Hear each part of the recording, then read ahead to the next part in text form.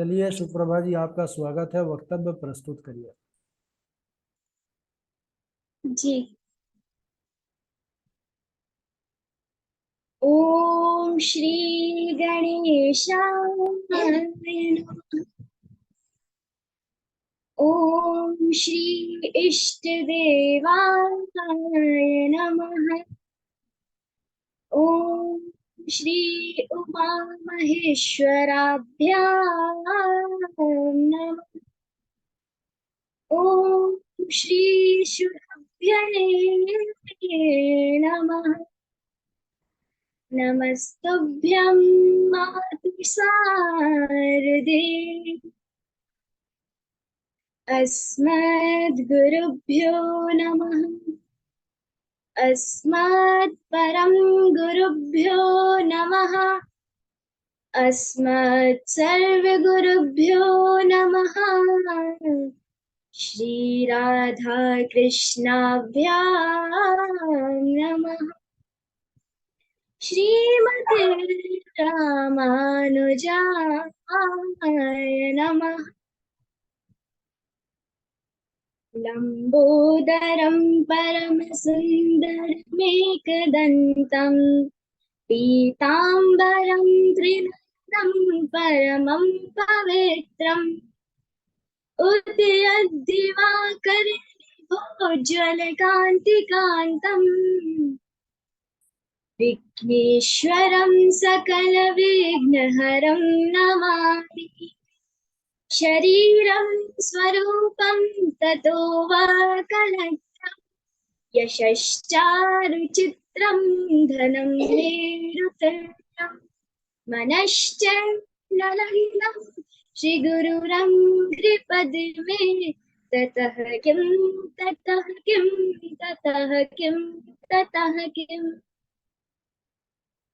कृष्ण त्वदीय परिपङ्कज पञ्जरान्ते अद्यैव मे विशतु मानसे राजहंसा।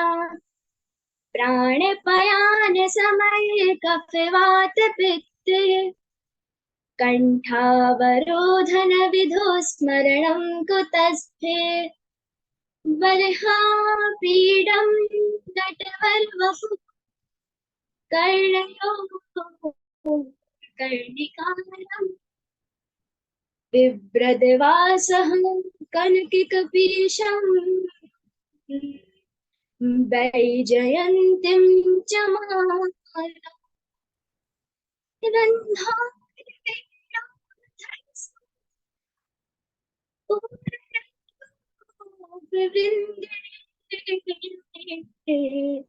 वृन्दारण्यं स्वपदरमणं प्राविशद्गीतकीर्तिः।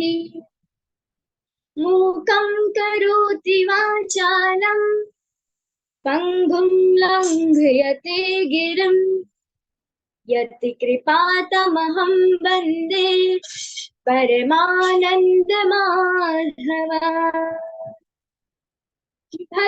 भक्ति भगवन्त गुरु चतुर्नाम बपुए इनके पद वंदन किए नाशत विघ्न अनेक। अनंत अनंत कोटि ब्रह्मांड नायक राजाधिराज अचिंत्य कल्याण गुणगण निधान सर्वेश्वर सर्वाधिपति अकारण करुणा वर्णालय अकारण करुणा कालक सच्चिदानंद घन परमात्मा श्री राधा रानी एवं श्री कृष्ण के युगल चरणारविंदों पर मेरा शत शत नमन। आप सभी के हृदय में बैठी उस माता की ज्योत को मेरा नमन। यहाँ पर उपस्थित सभी मेरे गुरुदेव व मेरे अग्रज बंधु बांधव व मेरे अनुज बांधवों को मेरा नमन। हम सभी का यह परम सौभाग्य कि हमको श्री भागवत महापुराण की चर्चा सुनने को मिल रही है। यह कथा बहुत दुर्लभ होती है जो कि हम जैसे सठों को भी सुनने को मिल रही है व इसका चर्चा करने को मिल रही है। यह कथा अपने आप में ही बहुत बड़ी है। यह एक महापुराण है जो सभी को दुर्लभ है। भागवत एक बहुत बड़ी चीज है। भागवत जो अपने नाम में ही बहुत बड़ी चीज है। भागवत जिसके नाम में ही बहुत बड़ा ही छुपा हुआ है। भागवत में 4 अक्षर हैं, भा, ग, व और त। चारों का कुछ ना कुछ मतलब है।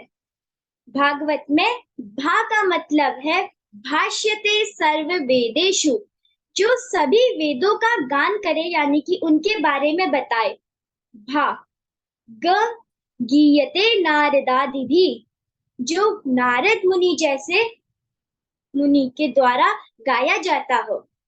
वह वदंती त्रिषु लोकेषु, जो तीनों लोकों में बजता या गाया जाता है। और त यानी कि तरंती भवसागरः, जो हमें भवसागर से तार देगा।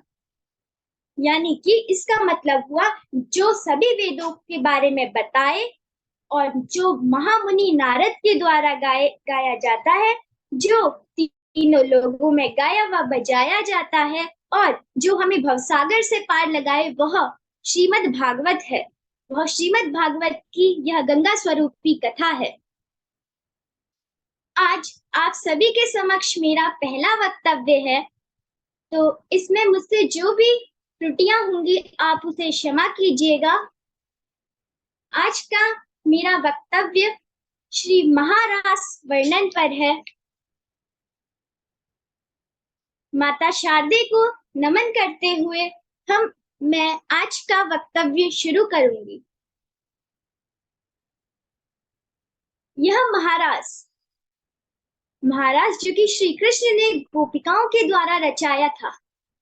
इस संसार में जो भी चीजें होती हैं उनके पीछे कुछ ना कुछ कारण होता है। तो यह महारास भी हुआ। भगवान ने महारास रचाया। और यह महारास क्यों रचाया गया, यही हम सुनेंगे। महारास एक बात की बात है। ब्रह्मादि जय सरूढ़ दर्प कंदर्प दर्पहा, जयति श्रीपतिर गोपी रास मंडल मंडनः।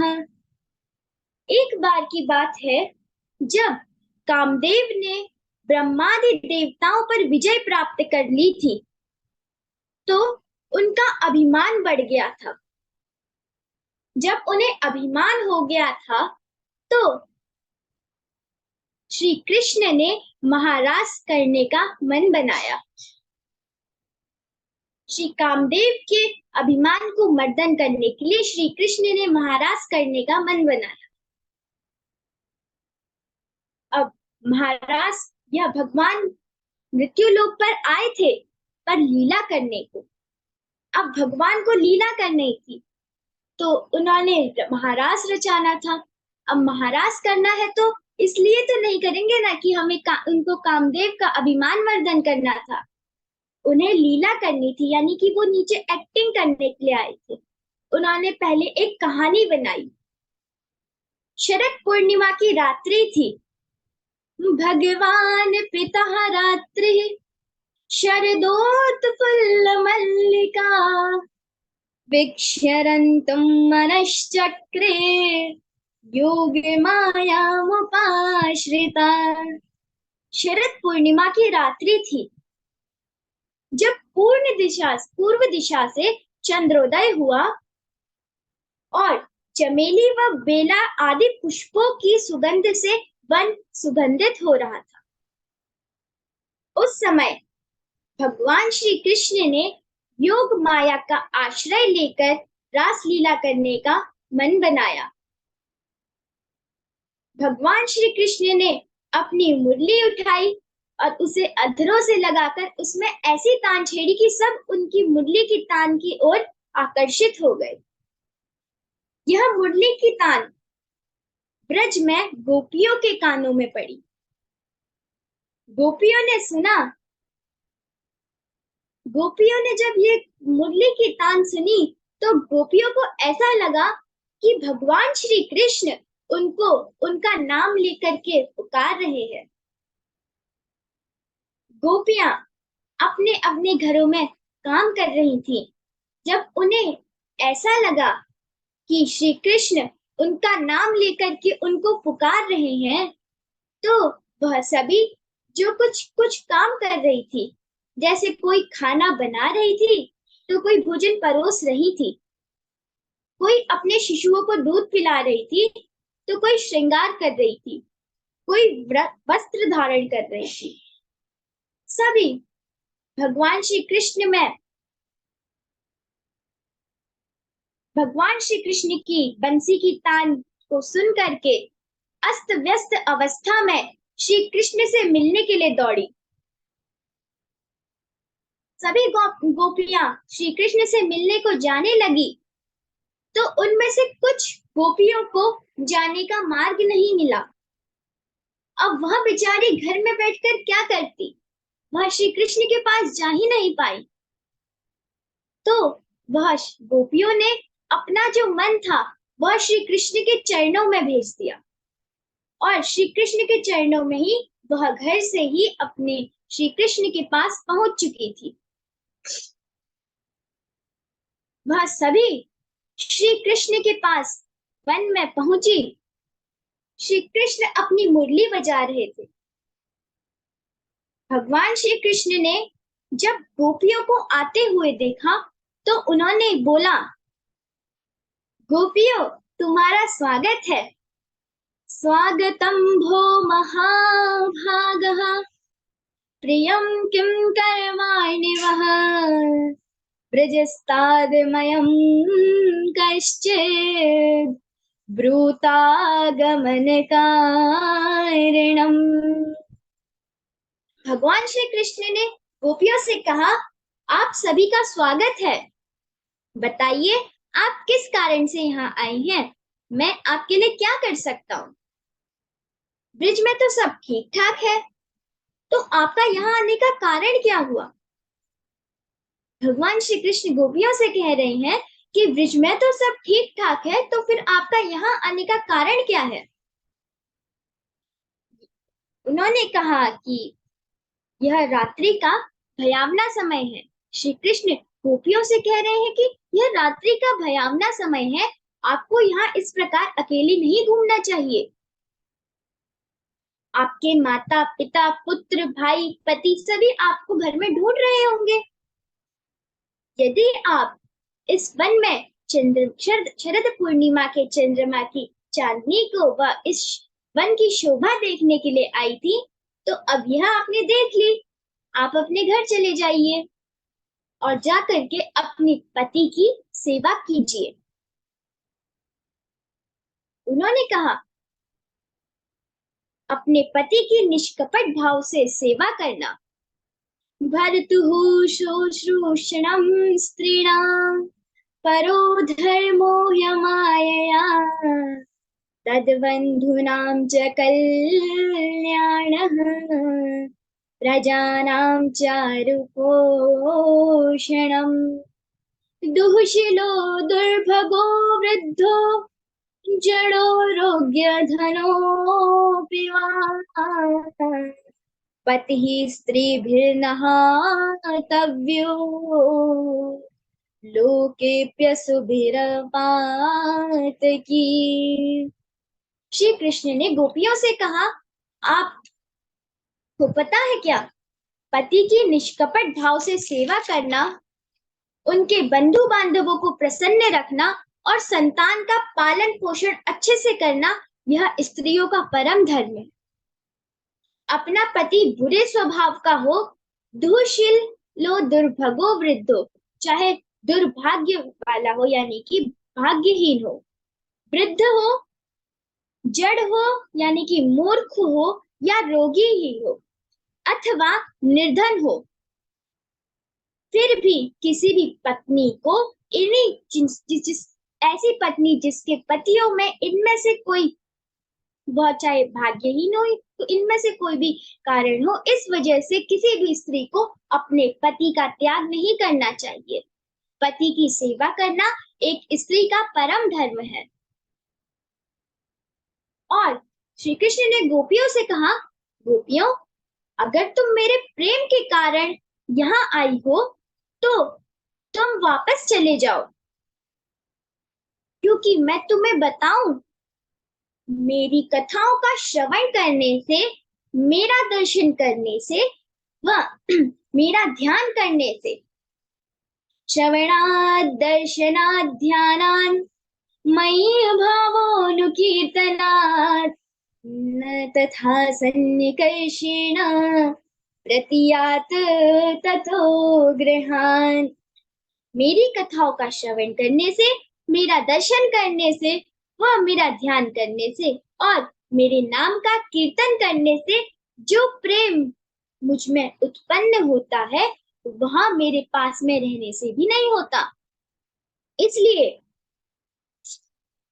आप अगर मेरे प्रेम के कारण यहाँ पर आई हैं, तो हे गोपियों, आप अपने घर वापस लौट जाओ। जब गोपियों ने श्री कृष्ण को इस प्रकार के वचन सुनते हुए सुना, तो वह सभी दुखी हो गई। उन सभी की आंखों से अश्रु प्रवाहित होने लग गए। उन्होंने जैसे तैसे अपने आप को संभाला और श्री कृष्ण से कहा, हे प्यारे श्याम सुंदर, मैवं विभोर्हति भवान गतितं नृशंसम् संत्यज्य सर्व विषयास्तव पादमूलम् भक्त्या भजस्व दुर्वग्रहमात्यजास्मान् देवो यथादिपुरुषो भजते मुमुक्षुम्। प्यारे श्याम सुंदर, आप इस प्रकार निष्ठुरता वचन भरे वचन मत बोलिए। हम सभी गोपियां इस संसार के समस्त विषयों का त्याग करके आपकी शरण में आई हैं। हम आपकी भक्त हैं, हमारा त्याग मत कीजिए। आपने कहा पति, पुत्र आदि सभी, हमें आप सभी की सेवा करनी चाहिए। पति, पुत्र, हमारे घर में जितने भी सदस्य हैं, हमें उनकी मन लगाकर निष्कपट से उनकी सेवा करनी चाहिए। यह स्त्रियों का परम धर्म है। परंतु हे श्याम सुंदर, हम सभी स्त्रियों के हृदय में परमेश्वर के रूप में तो आप ही विराजमान है ना। हम आपको छोड़कर कैसे जा सकती हैं? आपको छोड़ हमारे चरण एक पल भी चलने को तैयार नहीं है। और ब्रिज, हे श्याम सुंदर, अगर हम ब्रिज में चले भी जाए ना, तो हम क्या करेंगी? क्योंकि अब आपकी ये जो मधुर मुस्कान है और आपकी इस तिरछी चितवन ने हम सभी को अपनी ओर खींच लिया है। अब हमारा हृदय प्रेम और मिलन के आग में धधक रहा है। प्रभु, आप अपनी अधरामृत की रसधारा से इसे बुझा दीजिए, अन्यथा हम आपकी विरह व्यथा में यहीं पर अपने देह का त्याग कर देंगे। अब गोपियां श्री कृष्ण से ऐसा कहने लग गई कि हे प्रभु, हम आपके बिना रह नहीं सकती हैं। अगर आपने अभी हमको अपनी, हमारे अंदर जो यह विरह अग्नि धधक रही है, अगर आपने इसको अपनी रसधारा, अवधरामृत की रसधारा से बुझाया नहीं, तो हम यहाँ पर अपने प्राणों का त्याग कर देंगे। और गोपियां ऐसा कह रही हैं कि हे कृष्ण, अगर अभी हम आपके विरह में अपने प्राण त्यागेंगे, तो हम अगले जन्म में श्री कृष्ण बनेंगे। और हमें पता है श्री कृष्ण, अगर हम मर गई तो आप भी हमारे बिना नहीं रह सकते हैं। और जब आप हमें स्मरण करते करते अपने प्राणों का त्याग करेंगे, तो अगले जन्म में आप गोपी बनेंगे। तब श्री कृष्ण, हम भी आपको इसी प्रकार सताएंगे जिस प्रकार आप हमें सता रहे हैं। गोपियों के इन भावुक वचनों को सुन करके, गोपियों का यह विरह देख करके, श्री आत्मा में रमण करने वाले प्रभु श्री कृष्ण ने गोपियों के संग रास क्रीड़ा प्रारंभ कर दी और रास क्रीड़ा चलती गई। कई प्रकार से रास क्रीड़ा हुई। रास क्रीड़ा चल ही रही थी, तभी गोपियों के मन में एक विचार आया। गोपियों ने सोचा, हम तो इस ब्रह्मांड की सर्वश्रेष्ठ स्त्रियां हैं। अब गोपियों के मन में थोड़ा अहंकार आ गया, यानी अभिमान आ गया, और जहां अभिमान होता है वहां श्री कृष्ण घड़ी भर भी नहीं रुकते। अब आज भी वृंदावन में इतने अच्छे लोग हैं कि अगर हम उनसे बोले कि हमारे पास पहनने को कपड़ा नहीं है, आप हमें कपड़े दे सकते हैं, तो वो अपने कपड़े उतार कर भी दे देंगे। अब यह तो यहाँ पे कलयुग के लोग हैं। अब आप यह विचार कीजिए कि जब वह द्वापर युग था, उस द्वापर युग में उस वृक्ष के लोग कितने अच्छे होंगे। अब जब वो द्वापर युग के लोगों के मन में बस इतना सा विचार आने में प्रभु श्री कृष्ण जब गोपियों को अभिमान हुआ तो उनके बीच से अंतर्ध्यान हो गए और उनको नहीं मिले। तो अब हम इन कलयुग के लोगों का क्या हमको श्री कृष्ण मिलेंगे? नहीं मिलेंगे, पर हमें इन संसार के संसाधनों का त्याग करना होगा, इस संसार से अपने मन को हटाना होगा। प्रभु इस प्रकार सुलभ नहीं है, परंतु अगर हम उनमें मन लगाएं, उनको अपना सब कुछ समर्पित कर दे, तो वह बहुत सुलभ है। तो जब गोपियों को अहंकार हो गया, तो प्रभु श्री कृष्ण उनके मध्य से अंतर्ध्यान हो गए। श्री कृष्ण ने जब उनके बीच से अंतर्ध्यान हो गए, तो श्री कृष्ण को ना देख करके सभी गोपियां बहुत दुखी हो गई। वह इधर उधर ढूंढती हुई श्री कृष्ण को भाग रही थी। वह इधर उधर भागी और उनको एक बड़े बड़े से पेड़ दिखे, वट पीपल पाकड़ आदि के पेड़ उन्हें दिखे। तभी वह एक वृक्ष के पास गई। उनमें से एक गोपी ने उनसे पूछा, हे वृक्षराज, क्या आपने हमारे प्यारे बांके बिहारी को कहीं देखा है क्या? वह अभी तो हमारे संग रास क्रीड़ा कर रहे थे, पता नहीं कहाँ अंतर्ध्यान हो गए। तो वह कुछ देर रुकी। जब वृक्षराज से कोई रिप्लाई नहीं आया, उत्तर नहीं दिया, तो एक गोपी उनमें से बोली, अरे यह पेड़ क्या हमको बताएंगे? इनको तो अपने बड़प्पन का अभिमान है ना, तभी यह नहीं बोल रहे हैं। कहा, चलो चलो यहाँ से चलो, हमारे श्री कृष्ण को अभिमान बिल्कुल पसंद नहीं है, चलो इनके यहाँ से हटो। वह गई।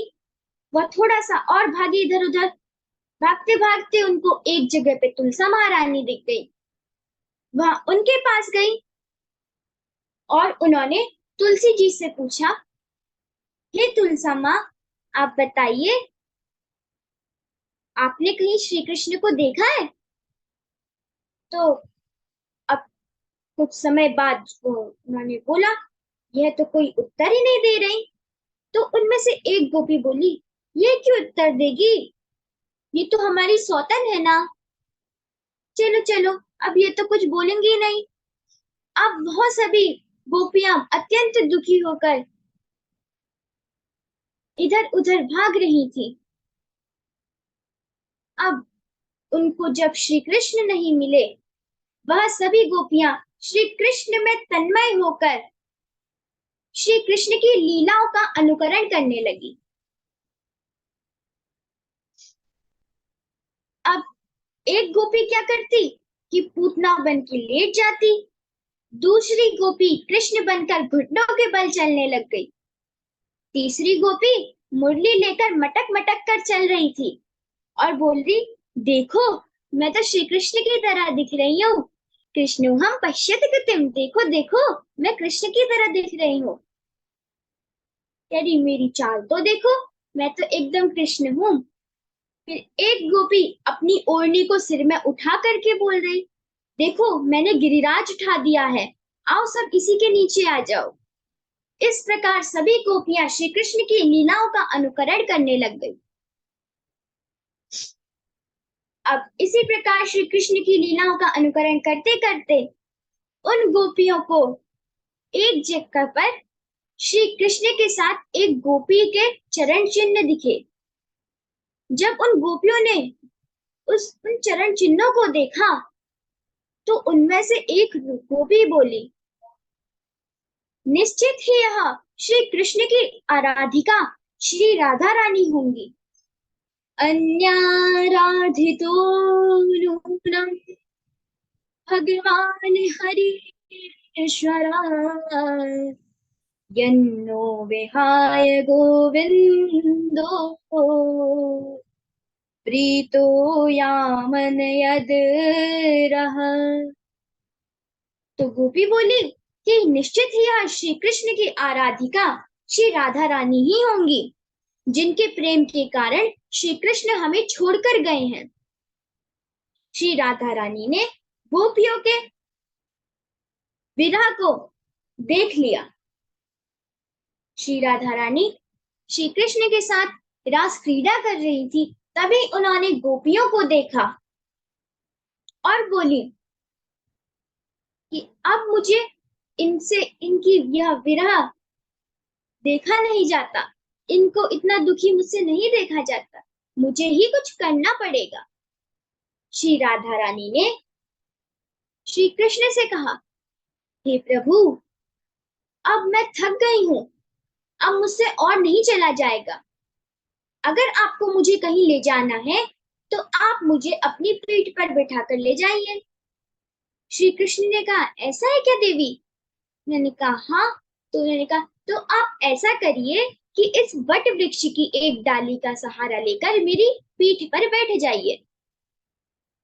राधा रानी का ठीक है प्रभु। जैसे ही श्री राधा रानी वट वृक्ष की डाली का सहारा लेकर श्री कृष्ण के कंधे पर बैठने के लिए गई, वो जा ही रही थी कि श्री कृष्ण अंतर्ध्यान हो गए। जब उन्होंने राधा रानी ने श्री कृष्ण को नहीं देखा अपने आसपास, तो वह भी दुखी हो गई। श्री राधा रानी अब दुखी होकर रोने लग गई। उनके एक एक शब्द से एक एक देवालय प्रकट हो गए। हाँ नाथ रमण पृष्ठ क्वासी क्वासी महाभुज दास्यास्ते कृपणाया मे सखे दर्शय सन्निधिम। जब श्री राधा रानी ने नाथ कहा तो गोपीनाथ प्रकट हो गए। रमण कहने पर श्री राधा रमण प्रकट हो गए। पृष्ठ कहने पर श्री राधा वल्लभ प्रकट हो गए और महाभुज कहने पर श्री बांके बिहारी प्रकट हो गए। अब श्री राधा रानी रो रही हैं और श्री कृष्ण को पुकार रही हैं। तभी गोपियां श्री राधा रानी के पास आई और उनको देखा तो कहने लगी, श्री कृष्ण हमें छोड़कर गए ठीक है, पर हे राधा जी, आपको छोड़कर नहीं जाना चाहिए था। अब उन सभी सभी गोपियां मिलकर के श्री कृष्ण को पूरे वन में जहां तक चंद्रमा की चांदनी छिटक रही थी वहां तक ढूंढने लगी। उन्होंने श्री कृष्ण को ढूंढा पर वह मिल नहीं रहे थे। वह सभी और आगे जाने लगी। अब जैसे ही वह आगे आगे बढ़ रही थी तो उनमें से एक गोपी के मन में विचार आया। उसने कहा, अरे सखियों, रहने दो, श्री कृष्ण हम उनको जितना ढूंढेंगे वह और आगे जाएंगे, और उनके जो कोमल कोमल चरण है ना, कहीं उन्हें आगे जाते जाते कोई कंकड़ चुभ गया तो। इसलिए ऐसा करते हैं, हम लोग यमुना पुलिन पर चल देते हैं, अगर उन्हें मिलना होगा वो वहीं आ जाएंगे हमसे मिलने के लिए। तो दूसरी गोपी ने कहा, ठीक है, चलो हम यमुना पुलिन पे चलते हैं, श्री कृष्ण आएंगे और वही हमसे मिल लेंगे। तो सभी गोपियां मिलकर के यमुना पुलिन पर पहुंची। वह यमुना पुलिन पर बैठी और सभी श्री कृष्ण के विरह में मिल करके एक साथ संवेद स्वर में श्री गोपी गीत का गान करने लगी। गोपी गीत जो कि कनक मंजरी छंद से लिया गया है। कनक मंजरी, कनक यानी कि धतूरा। कनक का मतलब स्वर्ण भी होता है, पर यहाँ पर कनक का अर्थ धतूरा है। जिस प्रकार धतूरा खाने से उन्मोद होता है, मादकता आती है, यानी कि नशा होता है, उसी प्रकार यह कनक मंजरी से लिया हुआ गोपी गीत गाने से कृष्ण प्रेमानुमोद की प्राप्ति होती है। सभी गोपियां एक स्वर में बैठ करके यमुना पुलिन पर गोपी गीत का पाठ करती है। जयतीतेऽधिकम्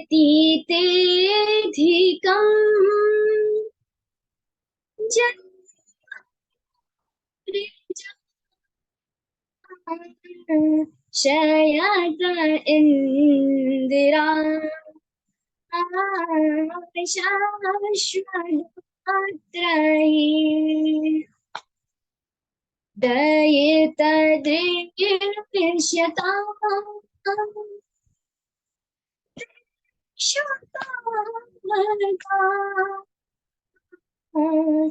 त्वयि धृतास्तव स्वां विचिन्वते शरणं साधु जात सरसिरोदरा श्रीमुषादृशा सुरतनाथ ते शुल्कनासिका वरधनी ज्ञतो ओ किं बाधा विषजलाप्यया व्याक्षसा दर्शमारुता विद्युतानला। इसी प्रकार सभी गोपियों ने गोपी गीत का पाठ किया। वह सभी श्री कृष्ण के विरह में रोती हुई श्री कृष्ण के लिए यह गोपी गीत का गान कर रही थी। वह कह रही थी, हे प्यारे श्याम सुंदर, आपने जब से इस वृक्ष की भूमि में जन्म लिया है, तब से इसकी महिमा किसी वैकुंठ से कम नहीं हो गई है। वैकुंठ की अधिष्ठात्री देवी माँ लक्ष्मी यहाँ पर उस समय से निरंतर अपनी सेवा दे रही है। परंतु प्रभु, आप हमसे इतने क्या रुष्ट हो गए? प्रभु, आपको हमें जो भी सजा देनी है आप दे दीजिए, क्योंकि हम तो आपकी दासी हैं, वो भी बिना मोल की। यदि आपको हमें मारना ही था तो इस प्रकार क्यों मार रहे हैं प्रभु? अगर आपको हमें मारना था तो आपने हमको यमुना जी के जहरीले पानी से क्यों बचाया? आपने हमको इंद्र की वह मूसलाधार वर्षा से क्यों बचाया प्रभु? इस प्रकार सभी गोपियां रुदन करती हुई बहुत अच्छे से एक स्वर में गोपी गीत का पाठ कर रही और बहुत ही संवेद स्वर में बहुत अच्छे से उन्होंने गोपी गीत का पाठ किया। वह सभी एक साथ बैठ करके रुदन कर रही थी।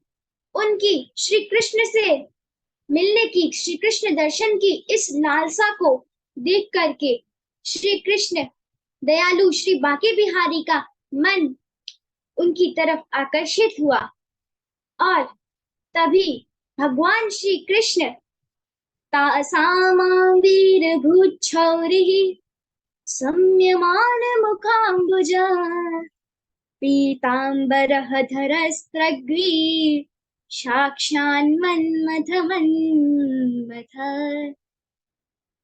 श्री कृष्ण उसी समय पीताम्बरधारी भगवान उन सभी गोपिकाओं के समक्ष प्रकट हो गए। बोलिए श्री रास बिहारी भगवान की जय। भगवान उन सभी के समक्ष प्रकट हुए और उसके बाद भगवान श्री कृष्ण का गोपियों के संग वार्तालाप हुआ और इसी प्रकार भगवान की लीलाएं चलती गई। भगवान श्री कृष्ण को प्रेम करने से भगवान जरूर मिलता है, पर उनके लिए अहंकार बिल्कुल नहीं चाहिए। भगवान भाव के प्यासे होते हैं। तो इतना सब कुछ कहकर मैं अपनी वाणी को विश्राम देती हूँ और मेरे से